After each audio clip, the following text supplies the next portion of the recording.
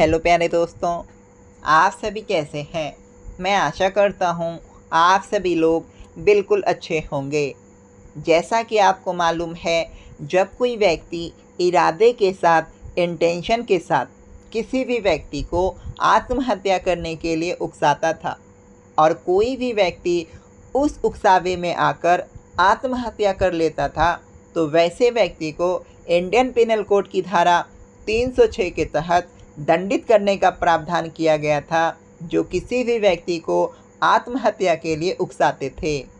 आज हम लोग इस वीडियो के माध्यम से ये जानने का प्रयास करेंगे, अगर कोई व्यक्ति किसी भी व्यक्ति को आत्महत्या करने के लिए उकसाता है और कोई भी व्यक्ति उस उकसावे में आकर आत्महत्या कर लेता है, तो वैसे व्यक्ति को भारतीय न्याय संहिता की किस धारा के तहत दंडित करने का प्रावधान किया गया है, जिसमें जब कोई व्यक्ति इरादे के साथ किसी भी व्यक्ति को आत्महत्या के लिए उकसाता है। तो चलिए बिना देर किए हुए हम लोग वीडियो को स्टार्ट करते हैं। आप हमारे साथ बने रहें। भारतीय न्याय संहिता की धारा 108 कहती है कि जब कोई व्यक्ति आत्महत्या करता है और ऐसी आत्महत्या करने के लिए कोई भी व्यक्ति उस व्यक्ति को उकसाता है, तो वैसे व्यक्ति ही इस धारा के तहत आरोपी माने जाएंगे। सरल शब्दों में हम कहें तो जो कोई भी व्यक्ति किसी भी व्यक्ति को आत्महत्या करने के लिए उकसाता है और कोई भी व्यक्ति वैसे उकसावे में आकर आत्महत्या कर लेता है, तो वैसे व्यक्ति ही इस धारा के तहत आरोपी माने जाएंगे, जो किसी भी व्यक्ति को आत्महत्या करने के लिए उकसाते हैं। आइए एग्जाम्पल के माध्यम से हम लोग समझने का प्रयास करते हैं, जिससे कि भारतीय न्याय संहिता की धारा 108 और भी आसान तरीके से आपके समझ में आ जाए। मान लीजिए एक लड़के की शादी एक लड़की के साथ होती है। शादी के 12 वर्षों के बाद दोनों पति पत्नी के बीच में अचानक से लड़ाई होती है और उस लड़ाई में लड़की जहर खा लेती है, जिससे कि उसकी मृत्यु हो जाती है।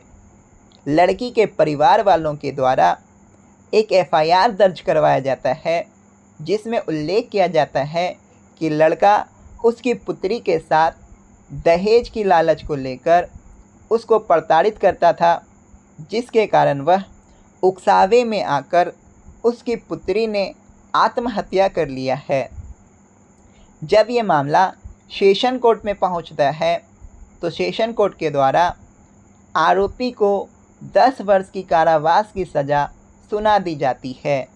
उसके बाद आरोपी एक हाईकोर्ट में पिटीशन फाइल करता है, जिसमें हाईकोर्ट के द्वारा उसकी सज़ा को बरकरार रखा जाता है। लेकिन आरोपी के द्वारा सुप्रीम कोर्ट में एक पिटीशन फाइल किया जाता है, जिसमें सुप्रीम कोर्ट के द्वारा आदेश दिया जाता है कि उस आरोपी को बरी किया जाए।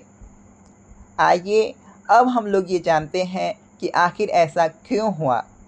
अब मैं आपसे कुछ सवाल पूछता हूँ, जिसका आपको जवाब देना है। पहला सवाल ये है, क्या आरोपी दहेज हत्या का आरोपी माना जाएगा? आपका जवाब होगा जी नहीं। ऐसा क्यों? क्योंकि हमने आपको भारतीय न्याय संहिता की धारा 80 के तहत बताया है कि जब किसी महिला की मृत्यु जलने से, चोट लगने से या फिर किसी बीमारी के कारण होती है, इसके अलावा ऐसी परिस्थिति को छोड़कर शादी के 7 वर्ष के भीतर लड़के या लड़के के परिवार वालों के द्वारा लड़की के साथ दहेज की मांग को लेकर उसके साथ शारीरिक या मानसिक रूप से चोट पहुंचाई जाती है, जिसके कारण उस महिला की मृत्यु हो जाती है, तो ऐसी मृत्यु को हम लोग दहेज मृत्यु के नाम से जानते हैं। उपरोक्त एग्जाम्पल में हमने देखा कि दोनों पति पत्नी को शादी किए हुए 12 वर्ष बीत गए हैं, जिससे कि बीएनएस की धारा 80 के तहत उस व्यक्ति को आरोपी नहीं माना जाएगा। मेरा दूसरा सवाल ये है कि सुप्रीम कोर्ट के द्वारा अभियुक्त को बरी कर दिया गया, ऐसा क्यों? क्योंकि माननीय न्यायालय के द्वारा कंक्लूजन निकाला गया कि आरोपी के द्वारा पीड़ित को सुसाइड करने के लिए ना तो उकसाया गया है, ना ही आरोपी का इंटेंशन उस महिला की मृत्यु कारित करना था, ना ही आरोपी के द्वारा महिला के साथ मारपीट किया गया है, जिस कारण से उस आरोपी को माननीय न्यायालय के द्वारा बरी किया गया है। उपरोक्त बातों से हमें यही पता चलता है कि जब कोई व्यक्ति इरादे के साथ, इंटेंशन के साथ किसी भी व्यक्ति को प्रताड़ित करता है या फिर उकसाता है और उस व्यक्ति के द्वारा उकसाए जाने पर कोई भी व्यक्ति आत्महत्या करता है, तो वैसे व्यक्ति जो किसी भी व्यक्ति को आत्महत्या करने के लिए उकसाते हैं तो भारतीय न्याय संहिता की धारा 108 के तहत दंडित किए जाएंगे। आइए इस धारा के अंतर्गत किए गए प्रावधान को देख लेते हैं।